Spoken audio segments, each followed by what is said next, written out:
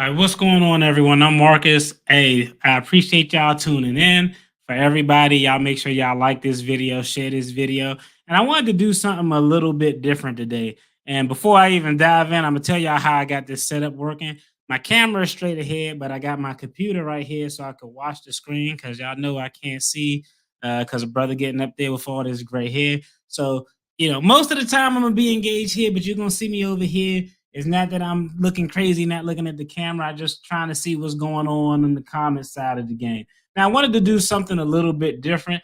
Y'all know I'm kind of the king of structure. I always like structure, like, oh man, we got to have structure to this video. I want to give a detailed order where we can talk about topic A, B, and C. But I decided I'm going to do something a little bit different. We're going to just freestyle. Now, of course, I do got some topics and some things I want to talk about, but if y'all got any questions, finance related or whatever, y'all go ahead and shoot y'all questions. I'm gonna go ahead and address them. I'm not gonna try to keep y'all too long, but I wanted to just try something a little bit different. So let's start. The topic that I came up with or that I wanted to talk about is why can't people win with money? Now I tell y'all, oh, did I bring my okay? I brought my prop. I got a prop today. Now I tell y'all, is not really from an outward looking, perspective where I'm talking about people can't win because of this, that, because I hate those type of videos. Y'all ever see those videos? Like if I had $100, you can turn it into $10,000 by doing this, which is BS. If you could turn $100 into $10,000 overnight, everybody would be rich as hell. And so, what I decided to talk about is, some things that I've noticed in my experience and things, honestly, that I've done that it impeded me from, just kind of making progress. So we're gonna just kind of reach around and talk and cover. Hey, I appreciate it. Thank you for tuning in. I appreciate it. Definitely see I'm keeping my eye on the comments. So I'm over here, but the camera over there, and I'm kind of doing both. So hey, I appreciate you tuning in. And so, like I said, this is just gonna be uh, uh, an open forum. So if y'all got any questions, y'all can go. But the first thing I want to talk about is who out there actually gives advice on things. I've learned, and I'm gonna drop some jewels. So, fellas, if you're watching this live or if you tuned in on the replay, this is some jewels for you. A lot of times, your woman, your wife, your girlfriend, your significant other, whoever. A lot of times, people, and it took me a while to learn this. People like talking about their problems, not necessarily so that you can give them a way to fix it or resolve it. I know guys, we just naturally like, hey, if your lady tell you a problem, you're like, okay, you should do A, B, and C. But a lot of times, women and some people just want to vent. Now, do it make sense to me? No, but that's neither here nor there. I'm not here to make sense of everything. But with that being said, I rarely give advice. So, typically if someone gives me an idea, I'll ask them questions, but I'm not going to really give them any really type of advice or guidance because, one, if people want your advice, if you want my advice, you got to I got to expressly hear the words, give me your opinion. If you're just telling me about a great idea, I'm going to just not stomp on your idea. I may ask you some follow-up questions to get your gears turning. But the thing that I realized is, everybody's not built the same. So, a lot of us people on their financial freedom journey. What's good? What's good, brother? I see you on with the looking eyes. Yeah, them eyes, man. It's creepy, man. But yeah, a lot of times, everybody isn't always going to be on the same page as you when it comes to whatever your plan is or what you want to do. And a part that I had to realize is, sometimes, hey, it's everybody's not meant to be an entrepreneur. Everybody's not meant to think like you. So, you got to realize that you can't make every decision to further your life that's going to please everybody else. And that kind of brings me to this book I read. And when you hear the title of this book, you're going to laugh. The title of this book is called Assholeology. I know YouTube going to be like, damn, this dude cussing like hell on here. But it's an interesting book.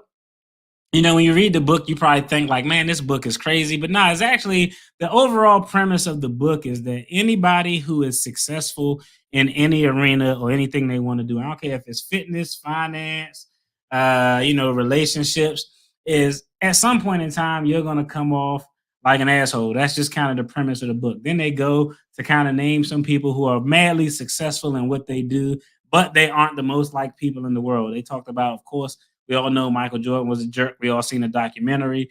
Kobe Bryant, a lot of business people out there. And one of the main reasons that they identify is that when you make decisions, a lot of times the best decisions for you is going to be the worst decision for somebody else. So let's just think about it. If you got a job, you run a business. Let's say you run a business and it's somebody in your job who's kind of mad garbage. The best decision for you may be like, we got to cut this guy loose. That's a smart move on you. Hey, you got to get rid of dead weight. Now, what is that guy going to think about you? He going to think you the worst person in the world. So, you can't please everyone all the time with every decision that you make. Sometimes you're gonna step on some toes, but at the end of the day, honestly, that's kind of what it requires to go forward. And so that's point number one. Point number two, I realized is that the y'all got like who out there got like friends or y'all get advice or got people who complain about the same thing over and over. It's funny. I was just talking to my bro about this, but I actually had an epiphany and I realized that some people don't like to do things to change their situation because they they like complaining about it. Like having someone to complain about a situation to is what they enjoy, and as opposed to actually doing something to change their situation. And so, one of the great sayings and a quote that's out there is, "If you can't change your mind, you can't change anything." So, this is kind of a story that I'm gonna tell y'all. It was my wife and I were having a conversation right now. Y'all know if y'all been in any type of relationship, I always laugh when I see like real new couples because I'd be like, "Oh man, look at them! They got so much hope, and they don't got red veins. They don't got red veins in their eyes."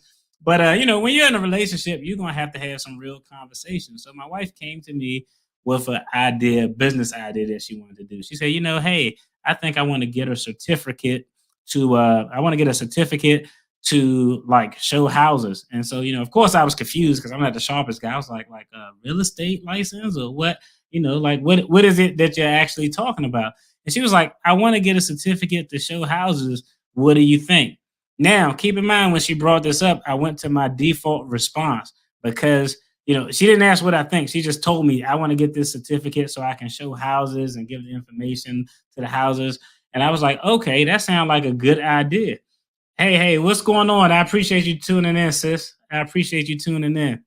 And so she told me she was thinking about getting this certificate to show houses. So my default response, because she didn't ask me her opinion yet, I told y'all that story earlier. My default response is, okay, if that's what you want to do and you thought about it and that you think that'll make you happy, go ahead and do it. I'm a real simple guy. I ain't going, challenge and nah, if it's something the wifey want to do, go ahead, do it.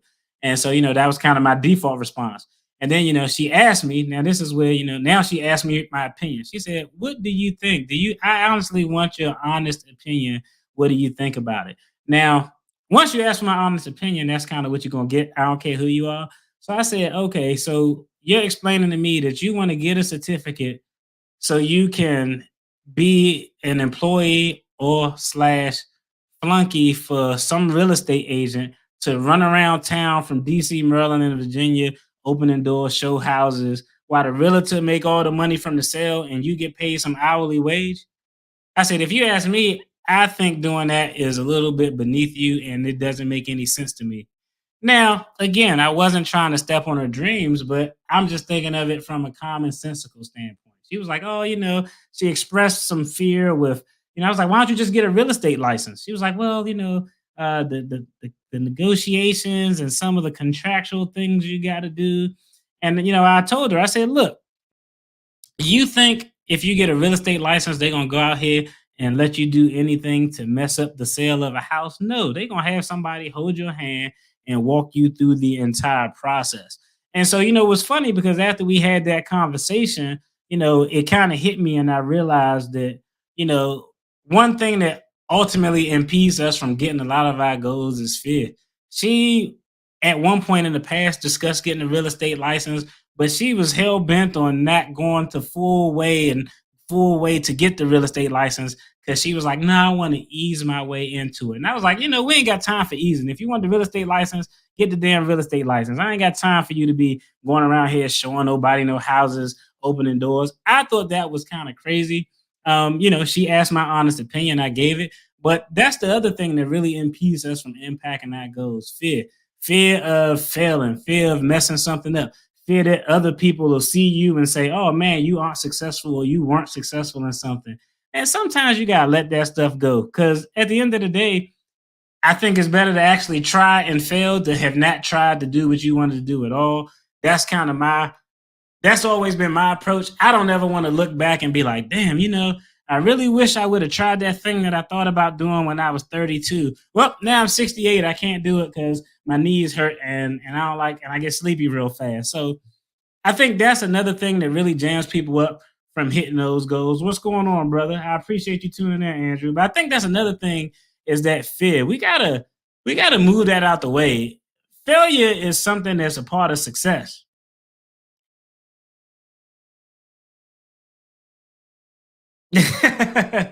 Hey, that's true. That's true. That's true. A lot of people do, fail with money because they want to live that YOLO life. But that's a part of fear too.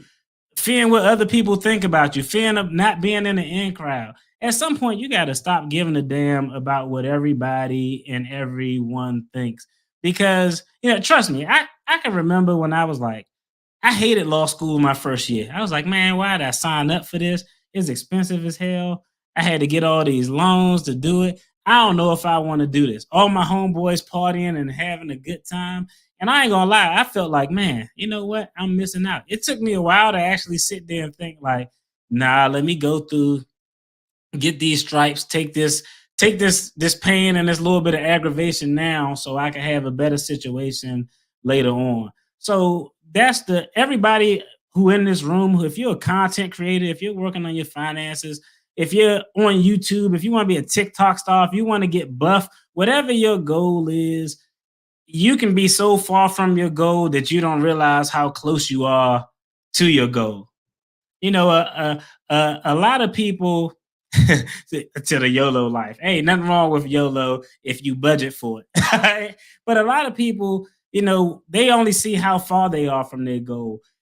You're going to have a whole bunch of failures. I don't know. I think the statistic, I read it somewhere, like Michael Jordan in his entire basketball career took something like 290 something game winning shots, and he only made like, I don't know, 65 of them.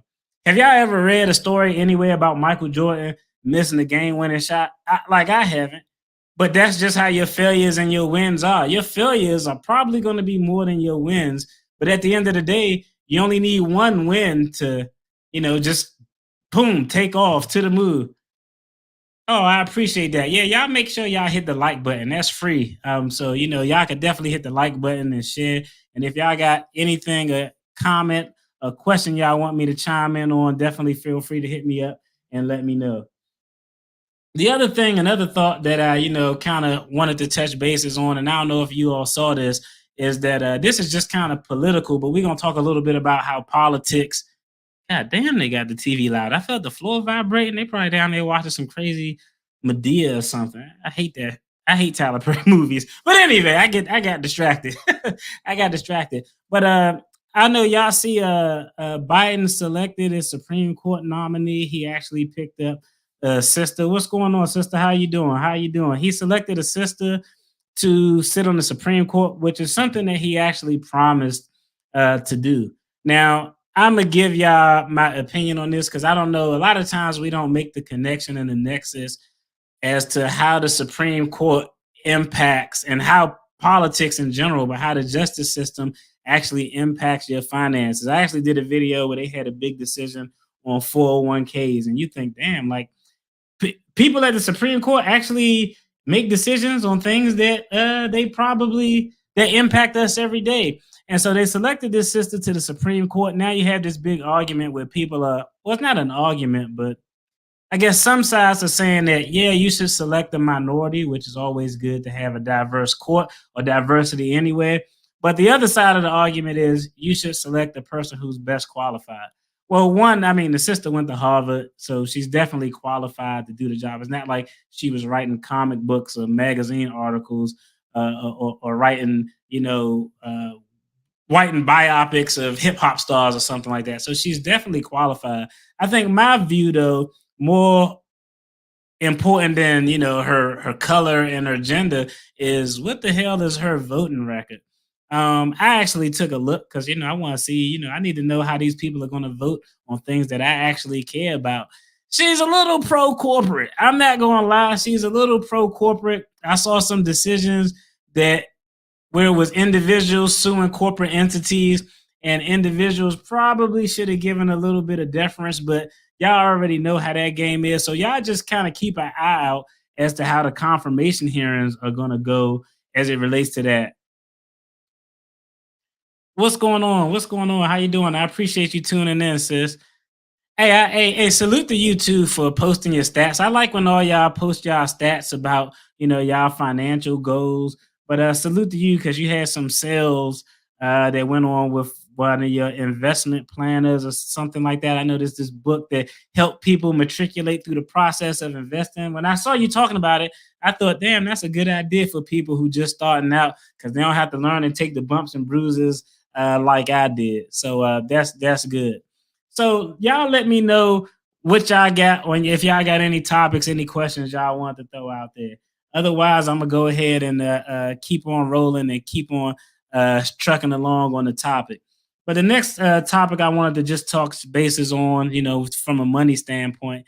And I don't know, what do y'all think about the defense stocks? I did a video, I put a short out on it. I'm gonna keep it, honest with y'all. Based on the data that I saw, I actually put it in that video. It looks like defense stocks are primed to go on a run. The last run they went on, defense stocks were up like 260 something percent. Now I'm gonna tell y'all my view. Certain things I won't invest in, but for the most part, I'll invest in almost anything if I can make a profit from it. Because my view is I take morality out of my. Now, if it's a company that's like using children's teeth to make soup out of or something, that's a little bit ridiculous. But if you're talking about a company who does weapons research, weapons design, that's just a part of the age that we live in. So I don't see anything wrong with investing in that. People are like, oh well, these tech companies are just as much as a part of war as defense companies. I mean, let's just be honest. Let's just be realistic. A lot of the software that goes, yeah, a lot of software that goes into these weapons, these ATACMs, these artilleries, these jets, a lot of this stuff is made by big giant tech companies. Oh yeah, Putin, Putin wilding out, but I don't know. Let's go ahead and kind of touch bases on this. Now, first of all, I'm about to tell y'all this is the most impressive thing. I'm just keep it a buck with y'all. If what was going on in Ukraine was actually going on in the United States, I feel 100% confident that our leaders probably wouldn't be in the thick of it with a Kevlar on, doing what they need to do, like Zelensky. Props to him for not running. Everybody told him he should leave. He should get out of there. The U.S. was like, man, you should leave. He was like, nah, we at war, and I'm gonna protect my people. We gonna do what we need to do. So props for him. I think that was the right decision to make. Point number one. Point number two. Let's talk about this got the little do with money. Wait, y'all know Vitaly Klitschko and Vladimir Klitschko. These were probably two of the greatest heavyweights, I think, and both are from Ukraine. Vitaly Klitschko is the mayor of Kiev, so he's the mayor of the capital city of Ukraine. I actually looked at his net worth. He got over $100 million net worth. He held the heavyweight title for some years, so he does not need to be over there fighting. I'm sorry, I'm laughing at this comment that just popped up. So yeah, Ted Cruz did go to Cancun. We know for a fact if he wouldn't be around. But Vitaly Klitschko, former retired heavyweight boxer, heavyweight champ, worth over $100 million, mayor of Kiev, have every opportunity to leave, and he refused to do so. To me, I find that impressive, but he's the mayor. I think he has a burden to actually stay and defend and protect his people. That's just my position as a combat veteran. Now, his brother, on the other hand, Vladimir Klitschko, held the heavyweight championship belt for like 9 or 10 years, if I'm not mistaken. Held the belt for mad long. No political office in Ukraine. 3 months ago, he joined the Ukrainian Reserve Military in anticipation of a potential conflict worth well over $100 million.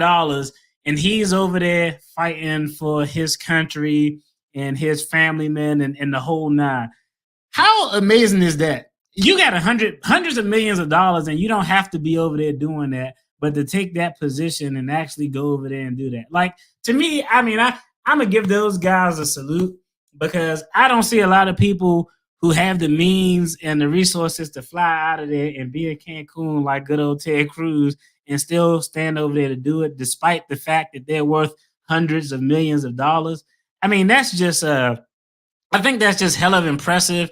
And it goes to show, in my opinion, that, you know, even if you have a lot of money, sometimes your principles outweigh what your money can save you from. And let's just think about that in common sense. If it was a tank from some foreign entity rolling down y'all street right now, I know everybody in that chat room would be like, what the hell y'all doing out here? Y'all will do whatever it is. Y'all have y'all little stick with nails in it. Y'all have y'all sticks with nails in it and do whatever y'all need to do. So salute to those guys for being multi-millionaires and staying in a fight that they really don't have to stay in because they have the resources not to be in it if they don't want to. I mean, that's just impressive as hell. The last thing that I wanted to talk about is, and this is why do we have a society that just hate billionaires? Now I already know somebody probably about to go in and talk about how much taxes that Amazon and Tesla and all these guys don't pay. But like the y'all in the comments, do y'all like hate every billionaire that's out there, or do y'all think that there's a need to be billionaires? Because I find it interesting that we got politicians worth hundreds of millions of dollars, you know, saying that there shouldn't be any billionaires. I'm gonna tell y'all right now, I'm a capitalist. I believe that there should be billionaires. If you got an idea that can make you $1 billion, God bless you. Let me know if you need an attorney on your office, on your staff, Mr. Billionaire. Y'all let me know because hey, my place of employment is not one of permanency for the right price. But yeah, it's interesting because there's kind of this cultish behavior of billionaires are bad, and I think it cuts two ways. Now I do think that corporations should be responsible for paying their fair share of taxes. I agree. If people who go to work every day pay 20% and a corporation makes hundreds of billions of dollars and make billions of dollars and pay 2% in taxes, is that wrong? Yeah, they should pay a little bit more. I don't think that the burden should be on everyday people from a tax standpoint. But I do think it's true that people who are billionaires have some purpose. I mean, they are the creatives, they are the people who develop. Those are the people who actually develop resources to hire people. Those are the people who come up with ideas and have to employ people to help carry those ideas and transition those ideas through. But it's just interesting. It seems like it's this cult culture of everybody who's a billionaire who's bad, so they always catching grief. I think it cuts both ways, but we got to kind of show some. I don't think you want to jam up creativity. You know what I mean? Like if I think part of the American dream, and there's a dream because most people unfortunately won't reach it. But come on, dude, really? Hey man, leave Lizzo alone, man. We don't like the. Hey, she is. If she think that Eddie Murphy's fat suit and the clumps bothered her and made her cry, that's her right to do so, man. So leave her alone. And hey, that's her right to feel like a movie that was made 20 years ago that made her cry should be canceled. I don't know, but in any event, I mean, I think we have this culture of challenging billionaires to a point. Yeah, 50K in taxes. Oh man, that's a lot of. Hey, that's a lot of taxes. I mean, hey, that's a lot of taxes. So, I mean, but the thing is, think about it. You paid over 50K in taxes because most of that income, and correct me if I'm wrong, but when you have that employment income, think about it. If if I made $300,000 from dividends on stocks that I held, and you made $300,000 from your job, you pay way more in taxes than what I paid. So it's not bad because I guess in a way it's designed to encourage investing. The problem is people with money are the ones to actually benefit from that because they actually have more to invest. So I don't know. It got to be a better system to make sure the affluent pays their fair share in taxes, but we also don't want to destroy the concept of hard work. Let's just think about it. Like a person shouldn't be punished for being a billionaire because they came up with a good ass idea that made them $1 billion. Yeah, I know that's the same thing I said. That was a lot of taxes. You gotta hey, remember, this is the first thing they teach you in law school. Tax avoidance is legal, tax evasion is not. So don't undervalue no property, then try to overinflate it. I'm just messing with y'all. I'm just picking with you. I'm just picking with you. But yeah, there are some ways you can do it. Especially if you got a company, you can, employ some of them little ones in your house and pay them a salary to negate some of those taxes. Donations is always a good one. That's kind of one of the things I do every year in December. I go on a mad rush to do all the donations that I want to make. The donations to my law school, my alma mater, any organizations, because I want to get all those on the book. But it's a unique system. Definitely, people who make more should pay more. I agree with that. I think the question for me is, how much more? Because you don't want to discourage hard work. You know what I mean? You don't want to like, man, I worked so hard to become a doctor. I worked so hard to become this prominent YouTuber, and like, man, y'all gonna tax me to the point of where it's not worthwhile. You're losing 50% of your income, and that's what it is. I mean, like, I know I got a homegirl whose son plays in the NBA, and 50% of his salary. He's not even a top notch player. He like making probably like $300,000, which is a great salary, but a lot of that is snatched up in taxes. And you also got to think, at that level, you got taxes you got to pay. At that level, you got accountants, you got agents. So, I mean, what we see on paper is not always what's there. You know what I mean? Yeah, yeah, that's a fair point. That's a fair point. That's a good idea. You plan to hire your daughter in the business?